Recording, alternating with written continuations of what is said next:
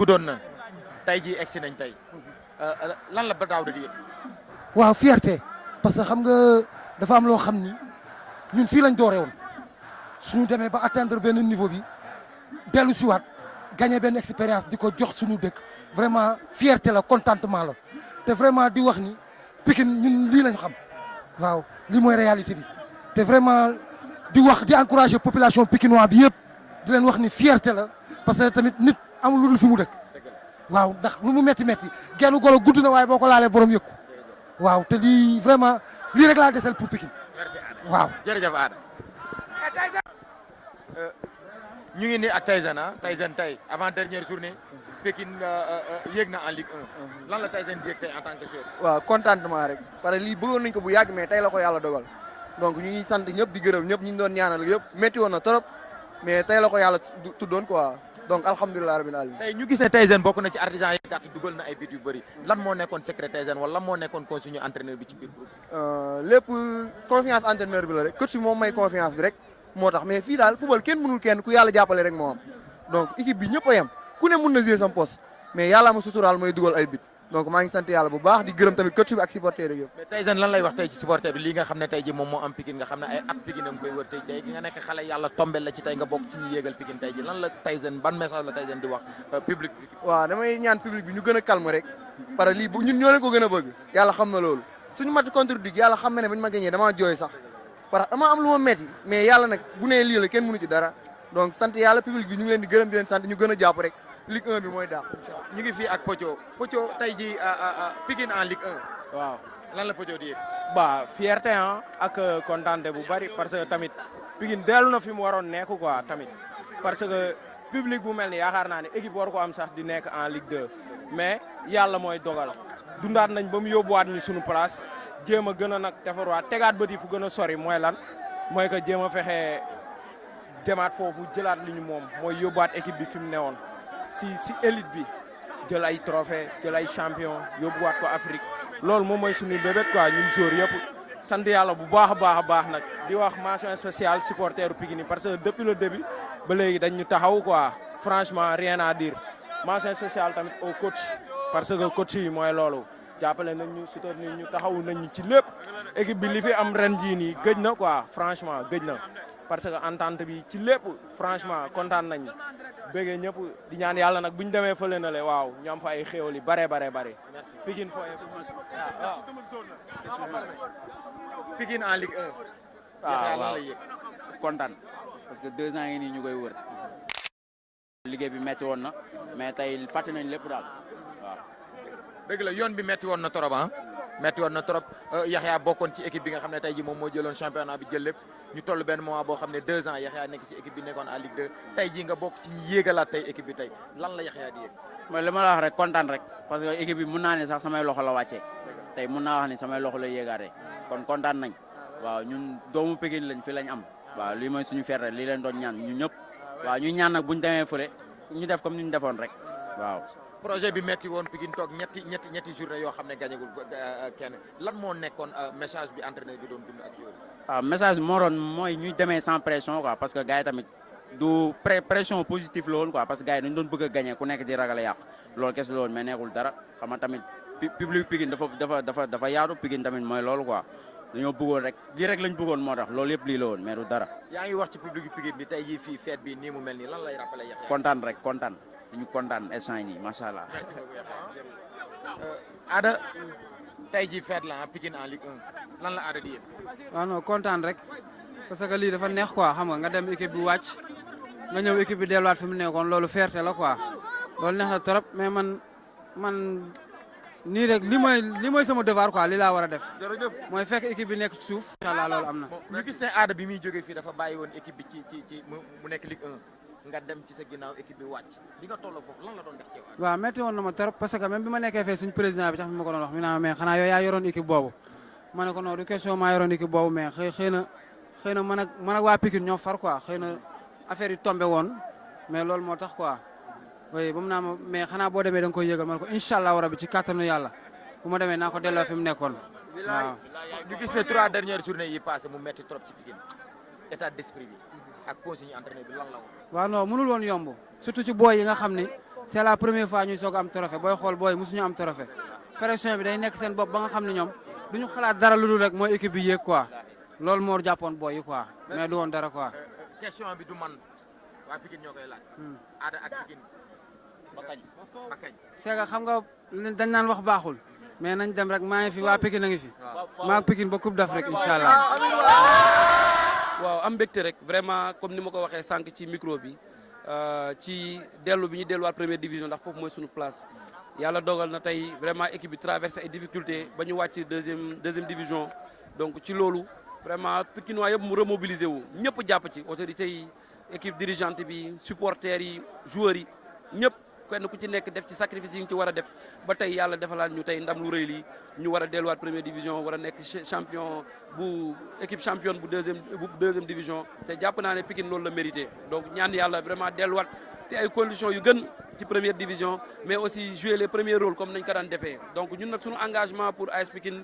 du tey loolu démb la waaw d'abord en tant que supporter ba yàlla dogal équipe bi xëy na traversé ay difficultés ñu jàpp ne dañuy subbi suñu mbopp mbubu maire ak suñu mbubu autorité ñoo nekk dirigeant may doole équipe bi gunge ko donc bi nga xamante ne def nañu assemblée générale ñu tànn ñu comme premier vice président de l'AS Pikine ñun aussi ñu jóg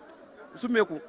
fàtte suñu mbubu autorité ñëw nekk bàyyi faalu équipe bi ànd ko ak équipe dirigeante bi ba tey yàlla andi ndam lii nga xam ne ni tey moo ñu permettre ñu war a dellu première division ndax tey mobilisation bi ñu gis fii stade bi ñu gis équipe bi ñu gis place am du deuxième division donc di ñaan yàlla vraiment ñu am ndam ci première division bi ñu jëm jëlaat championnat bi andi ko Pikine delluwaat Coupe d'Afrique. mais yoon bi metti woon na trop quoi mais lan mooy force bi. waaw yoon bi métti woon na mais Pikine nag ñun dañu am benn force mooy suñu solidarité mooy suñu pikinité mooy suñu bëggante mooy suñu jàppante donc lu mu métti rek vraiment ñun ñëpp dañuy boole suñu doole boole suñu xol te loolu moo ñu jural tey résultat bu am solo bii donc di wax ne tey xëy na yoon bi métti woon na nag jafe woon na donc ndax ku ne xam ne deuxième division compétition bu métti la te y a beaucoup de joueurs yoo xam dootoo leen mën a retenir parce que ñoom aussi dañuy bëgg a dem jouer ji championnat d'élite donc tey nga war a ut ay jeunes joueurs boole ko ak yeneen joueurs yoo xam ne ñoo leen di gunge ak surtout problème mu moyen donc mu am lu bëri loo xam ne xëy na di nga ko bëgg mais du mën a mate mais vraiment loolu yëpp ñu dajale ko ba yàlla dimbali ñu vraiment avec l'appui des autorités le maire de la ville et toutes les autres autorités ñun ñëpp ñu boole suñu doole ku nekk lamb sa poste def ci dara ba lii tey mu jur résultat bi. mais public bi aussi joué na ci rôle bu am solo. waaw public bi joué na ci rôle bu am solo ñun nag lii mooy suñu force ñun waa Pikine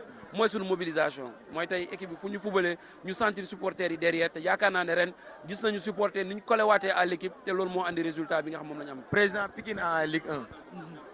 ban sentiment la. waaw yaakaar naa ne li ñu gis nii rek doy na ci exprimer sentiment bi ñu am tey jii mais man li may jiital ci sama propos moo di ñu fàttaliku benn nit boo xam ne joxe na lépp pour Pikine muy Modou Fall tey jii nii jàpp naa ne Pikine mi ngi ci feet Pikine mi ngi ci mbégte mais Pikine aussi war nañu bàyyi xel ku mel ni Modou Fall nga xam ne sonn na ci équipe bi def na ci lu nekk sacrifié wu na ci façon bu nekk tey jii nii kon bu ñu nekkee lii nañ ko jox moom d'abord soog ko jox na population pikinoise yëpp te ñu xam ne lii commencement la njaal benn li ci des moom moo di ne Pikine ñu dolliwaat serrer les mains xam ne ñun ñoo bokk ndey ñoo bokk baay te suñu booloowee xajuñu si kenn li nekk ci Pikine amul fenn ci en terme de ressources humaines ci fànn yëpp nag kon nañ dolliwaat boolewaat xol yi tappewaat ko joxantewaat loxo daal di nag dëgmal objectif bi nga xamante ne si moom mooy def bonne impression en Ligue 1 ensuite nag jéem a chercher une place pour les compétitions continentales incha allah rabbi. li c'est vrai li nga wax aussi dafay toucher xol yu bari parce que tey modestie bi nekk ci yow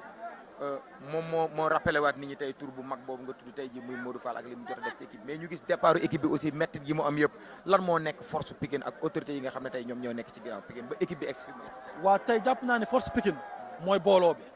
parce que bi affaire yi di métti tamit dañoo gëmoon ni mën nañ ko réaliser ñu woote benn unité sacrée dem seeti doomu Pikine yëpp. kenn ku ci nekk ñu jël la ñu si bëri bokk pare na leen ay match loolu dynamique la pas pour ut ci dara mais c'était pour ñëpp sentir ne ci équipe bi la ñu bokk joueurs yi staff bi entraîneurs yi supporters yi ñun ñëpp ñu bokk ndey bokk baay bu ñu def réunion sax supporters yi dañ ciy am seen i représentant loolu jàpp naa ne mooy force Pikine donc noonu la ñu war a continuer incha allah bu ñu demee Ligue 1 tamit continuer même dynamique bi xam ne kenn war ko jouer solo kenn warul xëcc jëme ci boppam na ñëpp jàppandoo ñu xam ne équipe la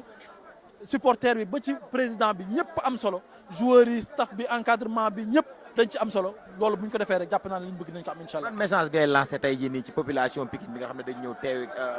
pousse équipe bi pour mu dem en Ligue 1. waaw déjà ñu xam ne unité bii ñu wane tey jii nii mooy force Pikine moo dina Pikine dañ leen a xam ci sot Pikine dañ leen a xam ci doomu Pikine ci lu mu nekk ñëpp nekkandoo ci ak moom unité boobu rek laay woote pour que ñu nekk ci des ci buñ ko defee fépp fu ñu bëgg a yegg et lépp lu ñu bëgg am incha allah rabbi dinañ ko am. Amath sa premier année AS Pikine nga yóbbu équipe bi en Ligue 1 lan lay def ci yow. waaw kontaan naa si trop di sant Djibi Fall quoi moom mi ma jëlee nawetaan indi ma AS Pikine football loo ma quoi kontaan naa si trop loolu. mais début bi difficile loolu na trop ci yow. peut-être ñàkk xamoon jour yi la wala fi mu la fekk. waaw mitu woon na parce que jóge nawetaan nga nawetaan moom mooy loolu amul benn niveau bi tamit jóge nawetaan rek ñëw mu démarrer loolu Ligue 2 équipe bu toll ni Pikine du équipe bu ndaw quoi du équipe bu ndaw mais lépp sant ko yàlla quoi. actuellement nii Pikine mu ngi en Ligue 1 déjà yow en tant que jeune joueur nan nga gisee public bu Pikine bi ak population. waaw kontaan parce que Pikine moom li ma fi gis mosuma ko gis équipe mais kontaan quoi bu ñu yàlla bàyyee Sénégal moom déwén ñu ngi ñëw neexal ko si Ligue 1 bi quoi. mais vraiment ni ñu nekkee si biir équipe bi manko nekk benn bu ñu nekkee regroupement même dañuy nekk duggante ci chambre yi ku ci nekk di mbala sa morom ambiance boobu yaakaar naa ne solidarité boobu en plus bu ñu nekkee ci terrain bi dañuy dem ba di gëddante di waxante loo xamante ne dina mooy xale rek moo ko mën seen bi quoi Adama Mbaye nag suñu doyen la mention spéciale Adama Mbaye tey jii maanaam suñu idole la ci football parce que Pikine fu mu toll nii Adama Mbaye kenn dootul waxati Adama Mbaye ci li mu def ci footballu Pikine mais ñun ñi am sens bokk ak ñoom moom équipe yaakaar naa ne dañuy roy ci tànkam yi rek pour jéem a egg moom fu mu egg mais yaakaar naa ne Adama Mbaye waroon na dépasser niveau Pikine rek mënoon na nekk professionnel comme ñoom Suarez parce que yàlla may na ko lépp ci football ñun nag sag la nag ñu bokk ak moom équipe macha allah. Adama dégg nga ba li mu wax ci Adama Mbaye loolu war na képp kuy Pikinois parce que li fi Adama Mbaye def vraiment mérito na am lu ëpp loolu. parce que rakam yi nekk ak moom ci biir terrain comme li ñuy wax rek souvent su fekkoon ne aussi deful ak ñoom loolu du am ba tey dañuy dellu si waat ci Ismaïla Ismaïla yéeg en première division avant ñu jeexal journée bi. waaw loolu mbégte la quoi parce que loolu moo nekkoon ambition bi objectif bi ñu yéegal équipe bi première division parce que ñun ñëpp début bi loolu la ñu waxante woon quoi pour équipe bi dañ koy yéegal Ligue 1 te tamit yàlla dimbali nañu ci loolu noonu ba objectif bi ñu yéegal équipe bi instant nii Ligue 1 quoi ñun ñëpp loolu lañ doon ñaan yàlla suñu borom tamit dimbali nañ ci loolu noonu ba loolu antu mais booy xool lépp liggéey la rek xam nga parce que bu ñu liggéeyul woon tey jii duñu egsi fii nii xam nga yàlla moo ñu dimbali liggéey nañ ak coach bi vraiment moom tamit xam nga saa su nekk du ma jug si di ko wax quoi moom xam nga liggéey bi ñu liggéey ak moom ñun tamit rëccu wuñ ko quoi parce que def na ci ñun loo xam ne tey jii nii ba xam nga ku ñu xam ci fu rek boo xool instant yi nii bu kuy seetaan Pikine rek xam nga da nga xam ne ñii nii xam nga produit nañ benn jeu boo xam ne nii xam nga coach bi moo ko fi indi te moo ko fi teg quoi te tey loolu moo ñu dimbali ba tey jii nii ñu yéegal équipe bi Ligue 1 parce que équipe bu amuloon jeu wala liggéeyuñ tamit duñu egsi fii ñu egsi fii parce que équipe bi bëri woon nañ xam nga ku nekk di xëccoo kenn ku nekk ñaar ñoo war a yéeg ñaari équipe ñoo war a yéeg Ligue 1 mais équipe bi bëri woon nañ gars yi di xëccoo tey yàlla def na ñun tey ñu jël championnat bi ñu ngi koy sant yàlla bu ba tey ñu ngi ci fête bi ba tey ñu ngi fi Alassane Djigo di waxtaan ak joueurs yi waxtaan ak dirigeants yi waxtaan ak supporters yi ci fête bu mag bi am tey ñu ngi jàkkaarloog Mame Thierno Mame Thierno Pikine mu ngi Ligue 1 yoon bi metti woon na trop. non yoon bi metti woon na trop mais dara dañuy sant yàlla julli si yonante bi di sant si ñaari waajur ndax lii yëpp ñoom ñoo ko waral ndax ñoo ñu indi si àdduna tey lii su amuloon kon lii du am mais ñoo ngi sant yàlla bu baax liggéey bi nag metti woon na depuis hivernal ñuy def ay 1000 mètres mais loolu tey yàlla suñu xol la ñu fay moo tax tey ñoo ngi sant yàlla bu baax met na mais des na beneen match nag ndax champion lañu bëgg a doon waaw jeexagul.